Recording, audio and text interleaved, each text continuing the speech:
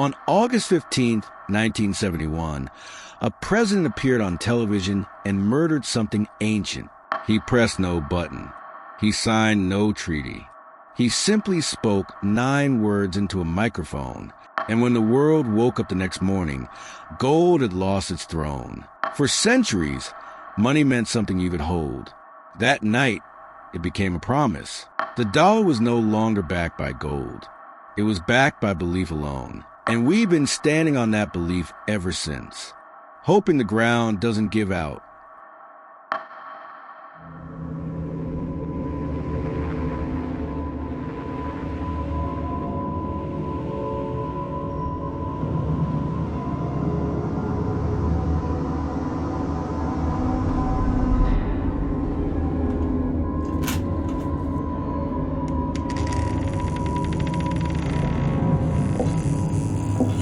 Opened the door, and now there's no way back.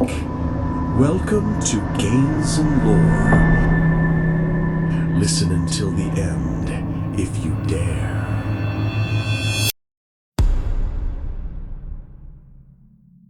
For most of human history, money was something you could hold.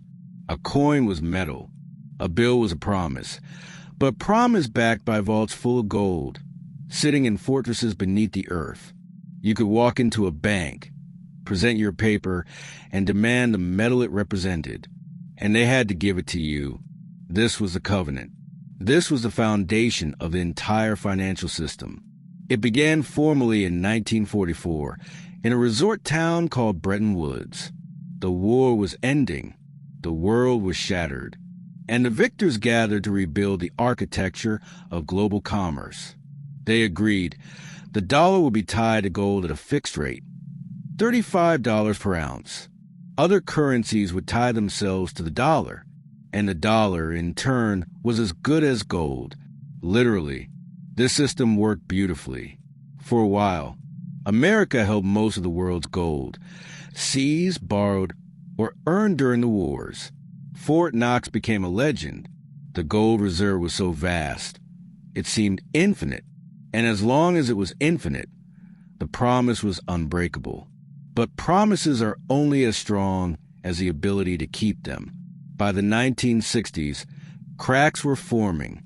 France, led by Charles de Gaulle, began to question whether America truly had enough gold to back all the dollars circulating the globe. He tested the promise. He sent ships to New York Harbor, loaded them with dollars, and demanded gold in return. America complied. The ships returned to France carrying tons of bullion, but others noticed, and they began to do the same. The vault started to empty. By 1971, America faced a choice: honor the promise and watch the gold disappear, or break the covenant and hope the world wouldn't notice. President Richard Nixon chose the latter. On the evening of August 15, 1971, he appeared on television. No warning, no preparation, just an announcement that would rewrite the rules of reality itself. Nixon's voice was calm, almost casual, as if he were discussing tax policy or foreign aid.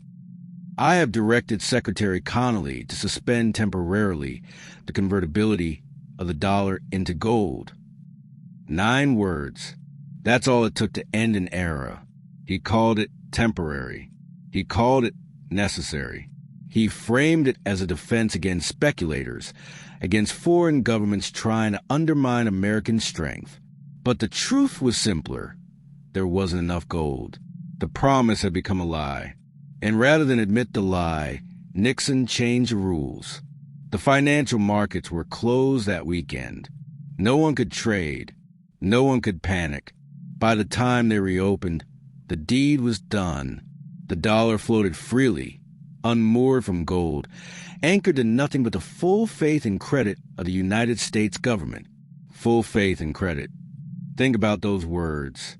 Faith, credit, not gold, not silver, not anything real, just belief. The system that had governed global commerce since Bretton Woods evaporated overnight, and in its place emerged something unprecedented, a currency backed by nothing except a collective agreement that it had value. Economists call it fiat currency. From the Latin, let be done, money by decree, money by declaration. But the people living through it called it something else, the end of certainty. Some understood immediately what had happened. Investors, economists, foreign governments, they saw the implications. The dollar could now be printed without limit. Inflation was inevitable. Savings would erode. The rules of wealth had fundamentally changed. But most people didn't notice. They went to work on Monday. They bought groceries. They paid their bills. The dollars in their wallets looked the same. They spent the same. No one told them that the ground beneath their feet had turned to air. In the month that followed, the dollar began to float. Its value rose and fell based on supply, demand, and perception. Gold, freed from its fixed price, skyrocketed. Within a decade, it had climbed from $35 an ounce to over $800. Those who held gold became wealthy. Those who held dollars watched their purchasing power evaporate. Inflation arrived like a plague. By the mid-1970s, prices were doubling every few years.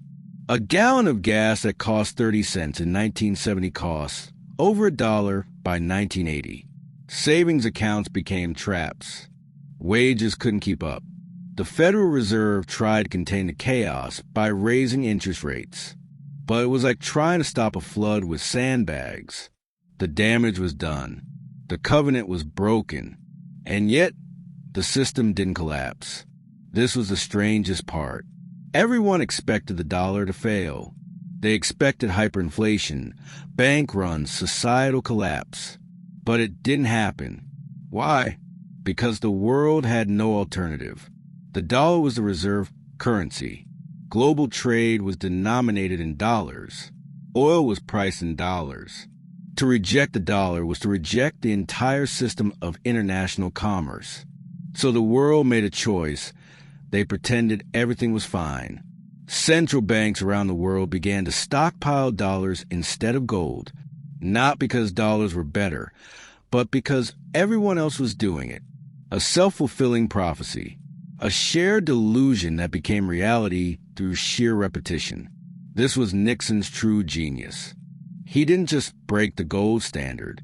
He replaced it with something more powerful, collective dependence. The dollar became valuable not because of what backed it, but because everyone needed everyone else to believe it was valuable. It was no longer money. It was a hostage situation, and we were all hostages. By the 1980s, the crisis had faded from public consciousness. A new generation grew up never knowing a world where money meant metal. To them, dollars were just dollars, paper, numbers, abstract value. They had no memory of the covenant, no understanding of what had been lost. Here is what they don't teach in schools. August 15th, 1971, was not a temporary measure. It was permanent. The gold standard never came back. What Nixon suspended temporarily has now been suspended for over 50 years. And in that time, the nature of money has changed completely. The dollar is no longer a claim on anything real. It is a unit of debt. Every dollar created is simultaneously a dollar owed. The money supply grows not through mining or production, but through borrowing. Central banks create currency. Governments borrow it into existence. And the population is left holding an asset that dilutes itself by design. This is not a conspiracy. It is not hidden. It is printed on the balance sheets of every major financial institution. But it is complex enough that most people never look. Since 1971, the money supply has exploded. In 1971, there were about $600 billion in circulation. Today, there are over $20 trillion. That's a 3,000% increase. But the economy did not grow 3,000%. Wages did not grow 3,000%. What grew was the illusion. The belief that more paper equals more wealth. It doesn't. What it equals is inflation. Silent, steady, invisible theft. The purchasing power of a dollar today is a fraction of what it was in 1971. Not because goods became more expensive, but because dollars became more abundant. And the only reason this hasn't caused societal collapse is because everyone is trapped in the same system. We all lose value together. And as long as we're all losing together, it feels like stability. But it's not stability. It's shared delusion. And the moment that delusion cracks, the moment people stop believing the dollar is value, the entire structure collapses. Nixon didn't just end the gold standard. He turned the global economy into an act of faith. And faith, as history shows, is the most volatile asset of all. We are now 50 years into the experiment. 50 years of fiat currency. 50 years of money backed by nothing but promises and military power. 50 years of pretending paper is wealth. And for 50 years, the question has lingered. How long can belief sustain a system? The answer, so far, is longer than anyone expected. But the cracks are showing. Inflation is returning. Debt levels are astronomical. Trust in institutions is eroding. And more people are beginning to ask the question that Nixon's generation never had to answer. What happens when the belief runs out? History provides clues. Every fiat currency in history has eventually failed. Not some, not most, all of them. The Roman denarius, the French assignat, the German mark, the Zimbabwean dollar. They all follow the same pattern. Create money without constraint, inflate the supply, erode trust, collapse. The only reason the dollar has lasted this long is scale. It's not just one nation's currency, it's the world's. And the world is very, very invested in keeping the illusion alive. But scale only delays the inevitable. It doesn't prevent it. On August 15th, 1971, Richard Nixon made a choice. He chose short-term survival over long-term honesty. He chose to pass the problem to the next generation. And the next and the next. We are that generation now. And we stand where Nixon stood, on the edge of a choice between truth and illusion.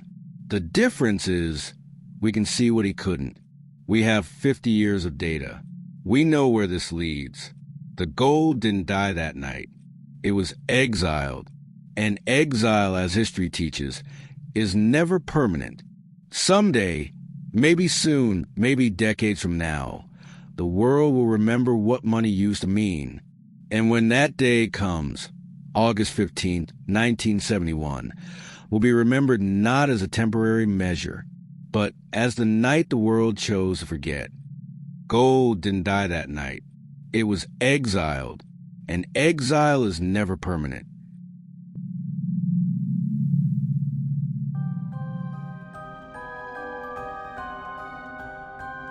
If you've made it this far, you're no longer a spectator.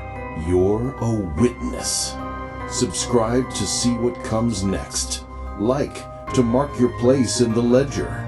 Share to awaken another. The machine notices those who pay attention.